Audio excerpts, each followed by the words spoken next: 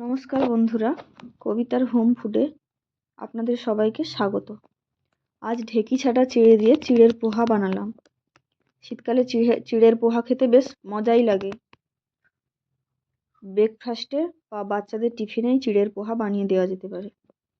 চিড়ের পোহা বানানোর জন্য কিছু কিছু ইনগ্রিডিয়েন্টস নিয়ে নিলাম।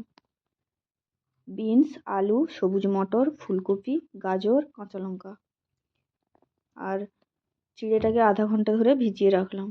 এরপর কড়াই গরম হলে তেল দিয়ে বাদাম ভালো করে ফ্রাই করে নিলাম।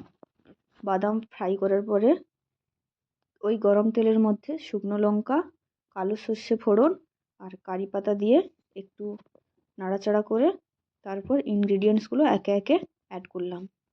প্রথমে ফুলকপি দিয়ে ভালো করে নাড়াচাড়া করার পরে তারপরে বিনস দিয়ে দিলাম। বিনস দিয়ে একটু নাড়াচাড়া করে তারপর গাজর অ্যাড করলাম। গাজর অ্যাড করার পরে একটু মিক্সিং করে তারপর আলু দিয়ে দিলাম।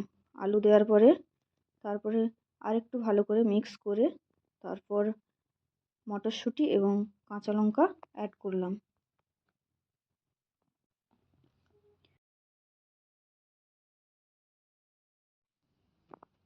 এরপর সব সবজিগুলোকে একসঙ্গে ভালো করে নাড়াচাড়া করার পর একটু ভাজা ভাজা হয়ে এলে তারপরে আমরা হলুদের গুঁড়ো দিয়ে দেব পরিমাণ মতো।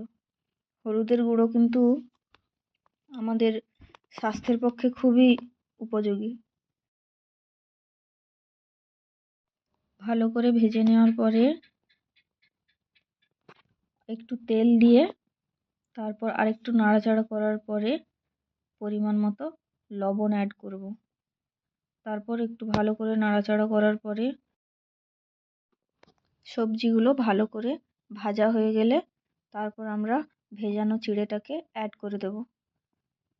এরপর চিড়েটা একসঙ্গে ভালো করে মিক্স করে তারপর একটু নাড়াচাড়া করার পরে পরিমাণ মতো ঘি দিয়ে দেব।